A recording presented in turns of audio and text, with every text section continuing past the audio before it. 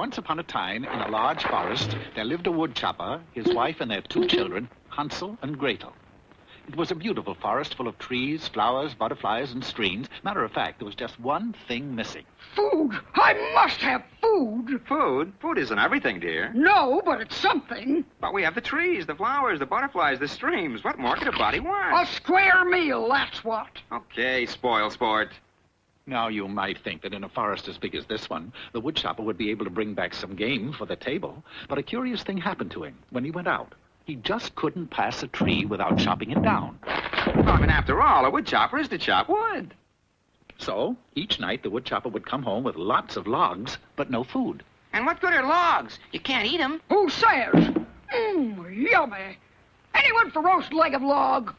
I think we better split and get some food, Hansel. Yeah, looks like Mom's a little kooky. Kooky? I wish I had a kooky. So, taking a few precious grains of parched corn, the children set out for the forest. Hours later, Gretel began to worry.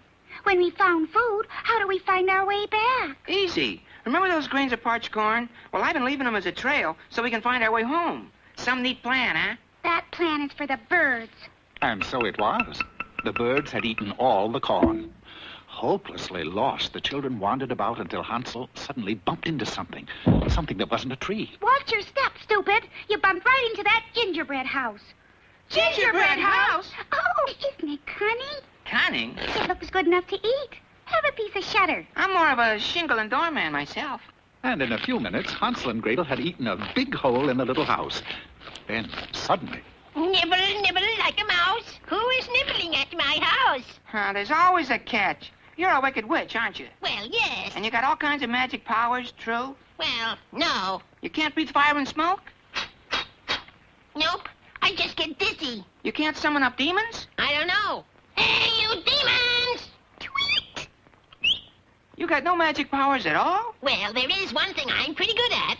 Turning children into aardvarks. Yeah, at that you're pretty good. But I don't really care much for aardvarks. Then why do you keep changing children into them? But I care even less for children. Besides, I have the witch's tradition to uphold. Isn't there something you'd rather do? Oh, sure. I'd like to know how to ride a broomstick. Vroom! Boy, but what's the use? I'll never get off the ground.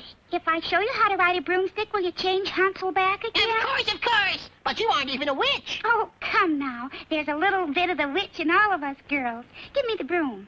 Now, you take this broom. Yeah, and you twirl it all around. yeah. Now you put it on the ground. Oh, yeah. And you sit right down. Yeah. Now you tell that broom. Boom, boom, boom, boom. Fly around the room.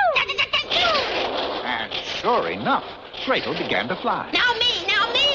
But unfortunately, the witch hadn't asked how to turn the broom off. So, once she started it, she had to keep on going. And in a little while, she was in orbit around the Earth, where she remained to this day.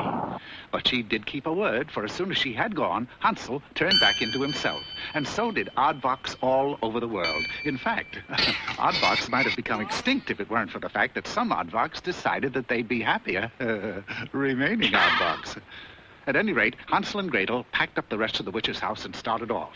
Of course, since they were in a magic forest, they soon came upon a huge talking duck. Oh, Duck, would you tell us the way back to our cottage? Je ne comprends pas.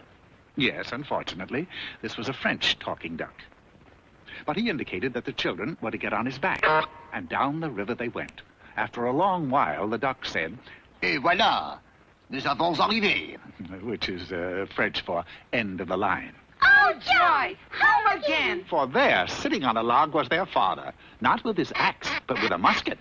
Father, why aren't you chopping down trees? Well, Gretel, I finally decided that all that glitters is not trees. You can't buy happiness with trees. Besides, I've chopped them all down. Now it's hunting. Hunting is the only thing. So, from that day on, Hansel and Gretel had plenty of food, and their mother never went hungry again. You know, sometimes I wish he'd stuck to his wood chopping.